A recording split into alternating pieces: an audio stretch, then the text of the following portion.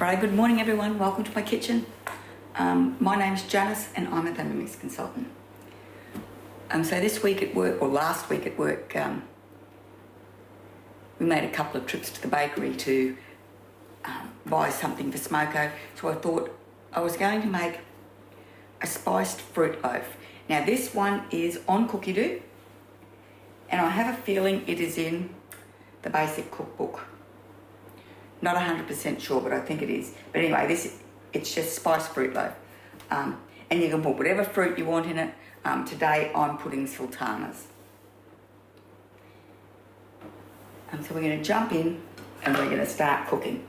So the first thing we're going to do is weigh out the sultanas. This one I really like. I mean, you can add spice and sultanas to a basic bread, but I like to use the actual raisin bread or fruit bread recipe, but it's got a bit of sweetness in it, and it uses buttermilk, which gives it a I want to say more brioche texture and flavour, that sort of nearly sweet bread. So that's what we're doing anyway. And now we're going to, and it says 300 grams of mixed fruit of your choice, chopped if large. So I'm not doing mixed fruit, I'm just doing sultanas.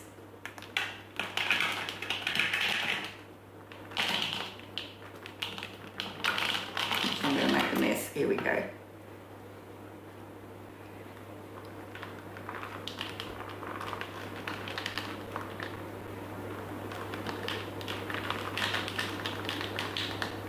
Alright, yeah.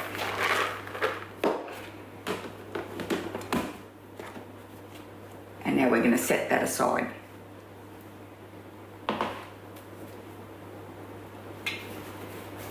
We're going to place 180 grams of buttermilk.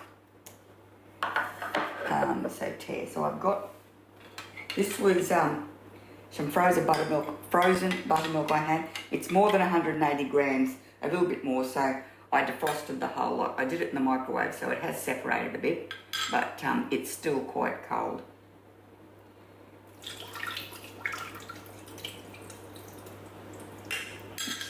We're up to 192. That's okay. It'll just be a little bit wet up there. 180 grams of water. So what I'll do is I'll just add a little bit less water. Oops, and I didn't add 183 grams of water. So you've got to learn when to stop the pouring, because the stuff in mid-air still hasn't been weighed yet. 2 tablespoons of honey, and this is our sweetness.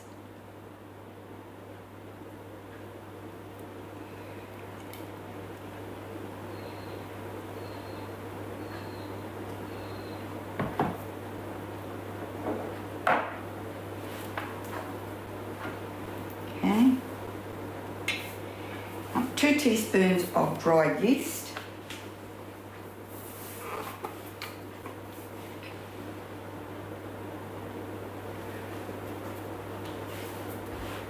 I'm making sure that I'm not dumping that on top of the centre of the blade, because it just sits there and doesn't get wet. And now we're going to activate that. I mean, it's 3 minutes at 37 degrees on speed 1. So I did mention in one of my previous videos that I've been waiting for a new oven, which they installed on Monday in the week just gone. So this is the first opportunity I've had to use it, because during the week I don't get to do much cooking. So I'm a little bit excited. I've got it preheating, which is a little bit ahead of myself, but it's still got a bit of a plasticky smell from the manufacturing process. So I'm just going to, I've got it going, and I'm going to open the oven and let it air out a bit, and then we'll keep going. Rightio, I'll be back when this has finished warming up. Okay. So we'll just have a little look at that.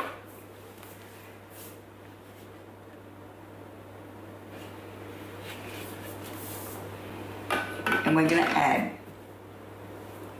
500 grams of baker's flour. I just grabbed my bread improver because I'm going to add that in. So,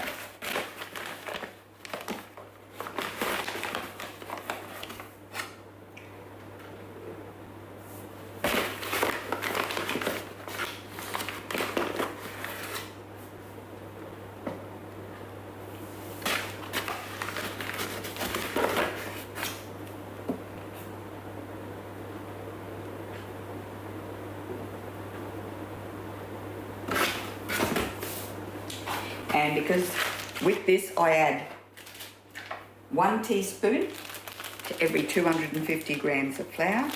So I'm going to put in 2 teaspoons. So, and that is not in the recipe, that is my own variation.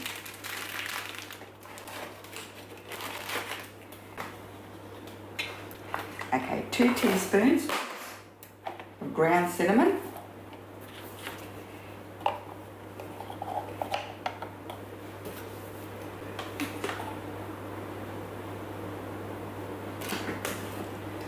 So,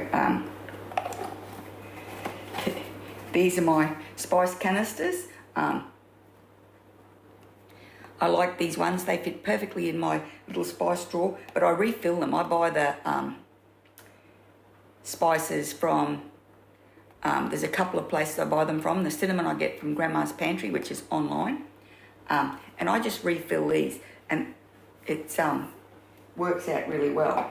And then I've got, because when I open the drawer I can only see the top.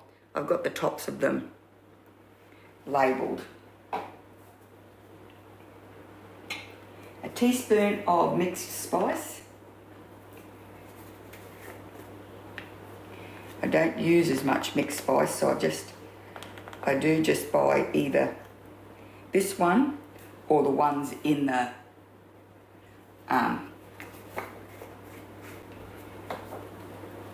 in these bottles, because I don't use as much. So that's only half a teaspoon.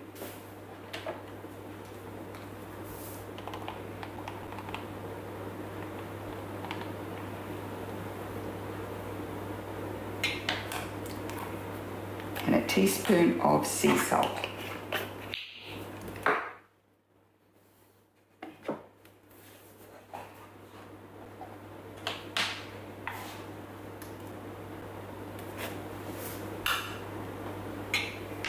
Now we're going to pop the lid on and we'll give it a mix for 6 seconds.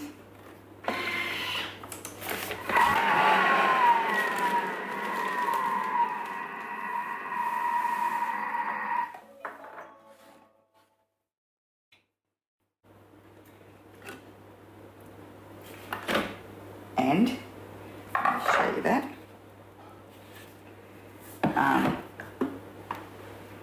And we're going to knead it for 3 minutes using the dough mode. So I'm going to... Now you don't have to do this, because while it's kneading, the dough does, you know, go all around the bowl. What I'm going to do is I will, while it's kneading, I'll take the cap out, the lid out, the measuring cup, that's the word, and I will, I'll video into the bowl so you can see. Hang on. So, okay, so I'll put a little clip in here of the dough kneading through the lid, through the hole in the lid.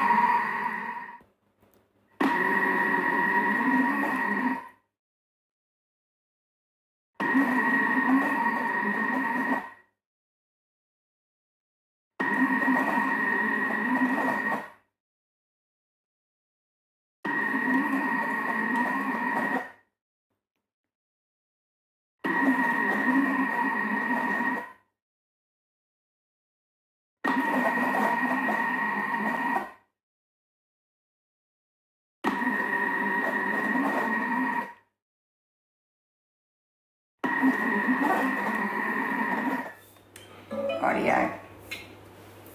Now it says to transfer to a silicone bread mat or, oops, that's a bit dirty, a bit sticky. Okay, a floured work surface. Now, I do love the silicone bread mat. It makes cleanup so easy. I'll just show you in there. So how I get the bread out is I just tip it upside down and take the base off and then let it fall out.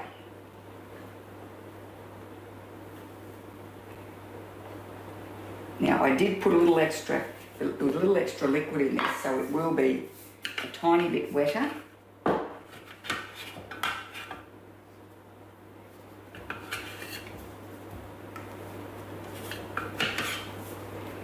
But it is pretty clean. There was just that one little bit that stuck.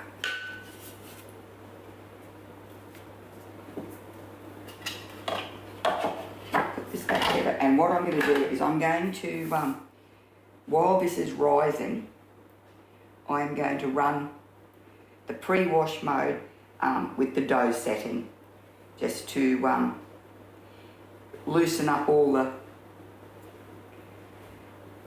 dough, and then I'll give the bowl a bit of a swish out, which is all it really needs once you've run a pre-clean mode. Anyway, I'm not going to worry about that. I do tend to really dig through and try and get all the ingredients out of a bowl, or out of a bowl, or out of the Thermomix, and I can take a little while. Anyway, I'm not going to do that today, because we will keep going with this. Now, because this is a little bit stickier, I'm going to add a bit of flour here. So I'll just grab it. So I've just got a tiny bit. Don't want lots. A bit on our hand.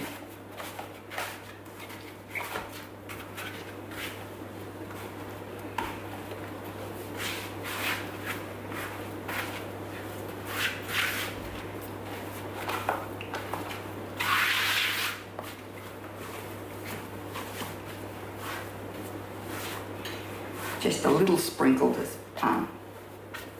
stop it from sticking. There we go. Now it says to scatter the reserved fruit. So what I'm going to do is I'm going to stretch it out, because we will give this another knead. I think we add the fruit now and then give it another knead in a minute. Oh, you know, once it's had a rise. Let's go back and see what it actually said. Yeah, transfer dough onto a silicone bread mat or floured surface and then sprinkle over this fruit. That's a lot of fruit, isn't it? Right. Now, incorporate it into a bowl, into a ball.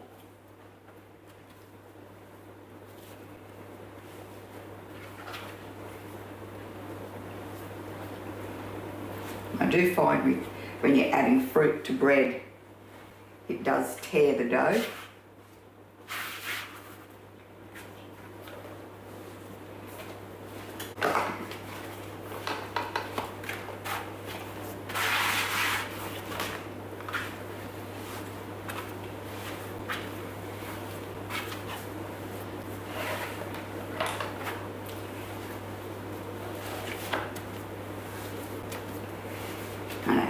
So I'm just going to knead that up into a ball. And that just makes incorporating the fruit a little bit easier doing it like that.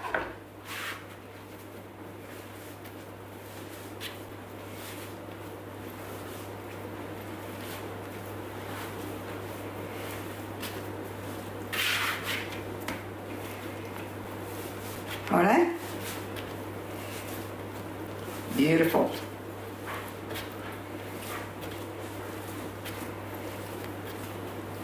So what I'm going to do now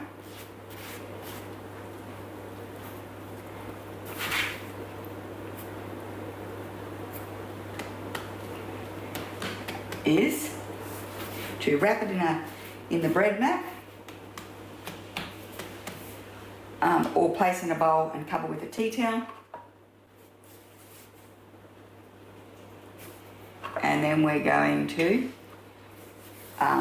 let it prove for about 30 minutes or until it's doubled in size. Righto, so let's do this.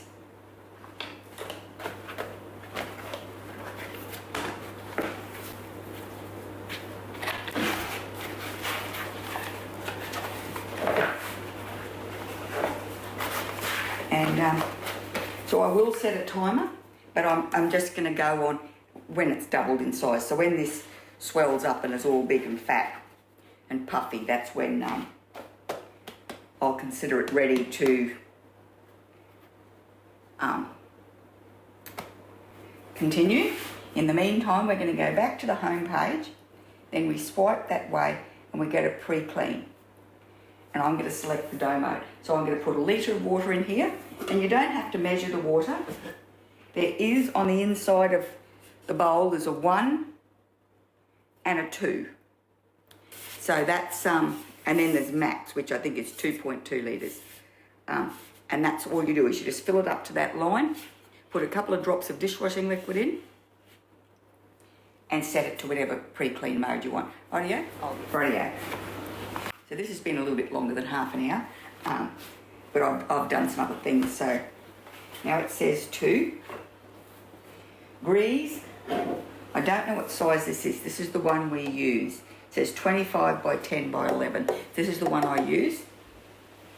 But I don't put the lid on. This is the mix shop one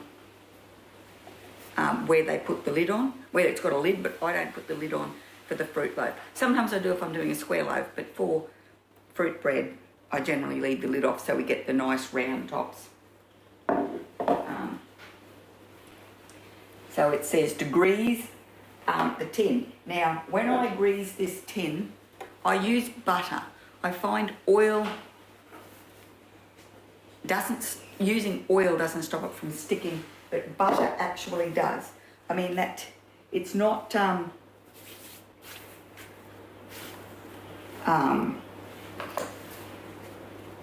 it didn't stay non-stick for long. I mean, maybe I did something wrong, I don't know. But it didn't stay, I put the flour on the top instead of the bottom. It didn't stay non-stick for very long, but greasing it with butter, I find really does stop it from sticking. It just tips out. Now that I've said that, today when we go to tip it out, it'll probably stick. Rightio. So this is just lovely dough. Okay, so what we're going to do is we're going to chop this in.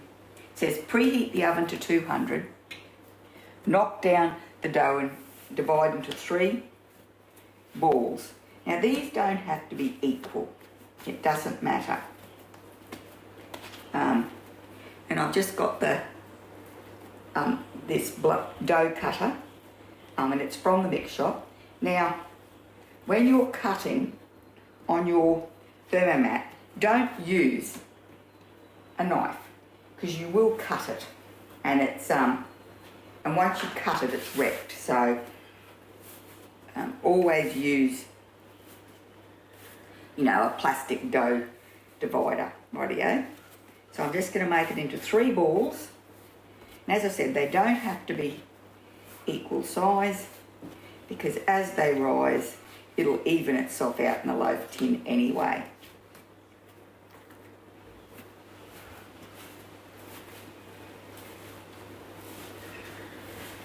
I mean, these are fairly equal. Okay. Now I'm just going to pop them in here.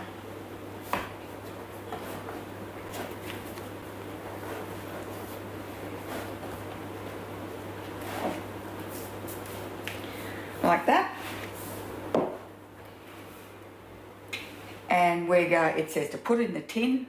Now it'll leave it to prove for a further 30 minutes. And it says to whisk an egg and a tablespoon of milk. Now I'm not going to do that. I don't like it. It really makes the bread burn. It's a nice, it is nice. I mean, this is going to be like a sugar glaze. So you brush the egg in the milk and then you sprinkle it with sugar. And then you bake for 45 minutes or until golden brown and cook through. So I am going to omit the step where you put the glaze on top. I mean, it's quite nice. I just, I've only just got my new oven, but with my old oven, it definitely used to turn it. It used to blacken it and burn, and it tasted burnt. So I'm going to give my oven a few runs through before I start doing things like that. Rightio, I'll be back when it's ready to go into the oven. Righto, so we did forget to come back and show you the loaf of bread after it, when it was risen and ready to go in the oven. But we've had it here and we've had it sitting for 5 minutes in the tin. And now we're going to see how our buttering went and if it will tip out. Oh, there we go, it was a little bit stuck. Perfect, look at that. Rightio, I'm going to leave this until it's totally cold. And I just want you to hear, what's that? That says stop. Okay, we'll do this and it should sound hollow. Rightio, we'll be back and when we cut it. Oh, sorry. Delicious. Rightio, this is our loaf of bread and this is my bread knife from the mix shop with the guide on it. Let's turn it around this way.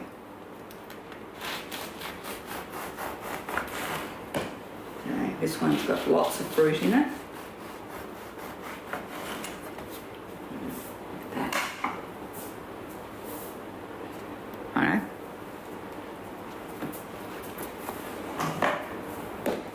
I will, let's just chop a bit off.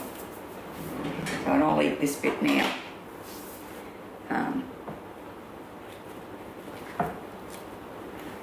Okay.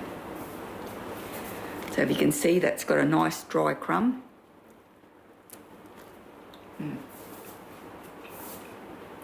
Lots of fruit. Whatever dried fruit you like. That is delicious. Sort of reminds me of hot cross buns. So I guess we've got Easter coming up fast and we know about it, and I'll be going down the hot cross bun path soon. And this year, after doing the chocolate chip sourdough, I've decided I'm going to do the chocolate chip hot cross buns, which you see in all the shops. Anyway, this is a really, really great lunchbox, morning tea, breakfast snack. And I hope you enjoy it. So if you like the video, could you please give it a thumbs up, pop over to my channel and subscribe. And I really hope I'll see you next time.